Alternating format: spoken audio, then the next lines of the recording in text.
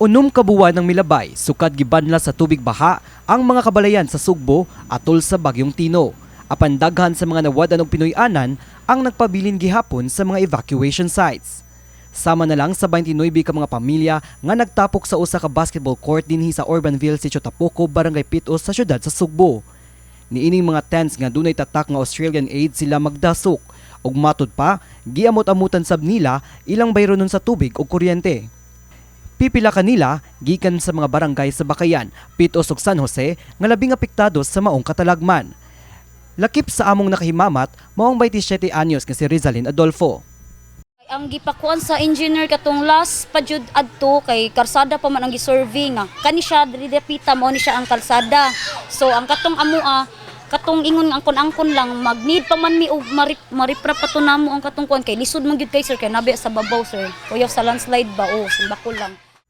Matud niya, dugay na gyud silang nagpaabot nga ibalhin sa gisaad nga relocation site sa kagamhanan sa Dakbayan nga nahimutan sa bukirang bahin sa maong barangay. Ang katong naay mga anak na kanang for example ako na ako'y anak na minyo na o 60 square meter to ilaha so diri sila dapit kay 60 square meter taga 60 square meter ang naay mga saybit-saybit pero ako nga walay anak pa nga na minyo mga 40 square meter ako. Bisan pa man sa katungason o kahagipot sa dalan paingon niining bukirang bahin sa Barangay Pitos, andam matud pang magpa-relocate ang mga biktima sa Bagyong Tino dinhing dapita basta mahatagan lang sila og igong hinabang alang sa pagpatukod sa ilang panimalay ug hanay ang mga dokumento sa ilang pagbalhin. Gani, nangunay na lang sa pagbayanihan ang mga residente sa pagpariprap sa yuta aron malikayan ang landslide. Apan nahunong ilang mga tinguha tungod sa kakuwang sa ilang budget o sa kalisod sa agianan paingon sa maong dapit.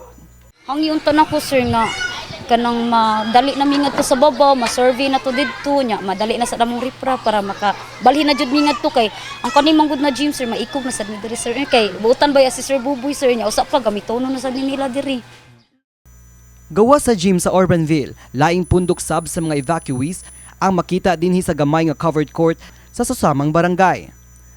Among nakaila dinhi ang 35 anyos nga si Jonah Otida nga naundang sa pagpanabaho human siya na operahan sa dughan sa wala pa mikuso-kuso ang bagyo. Presko pa kaayo sa hunahuna ni Jonah ang kahadlok nga nasinati atol sa maong katalagman.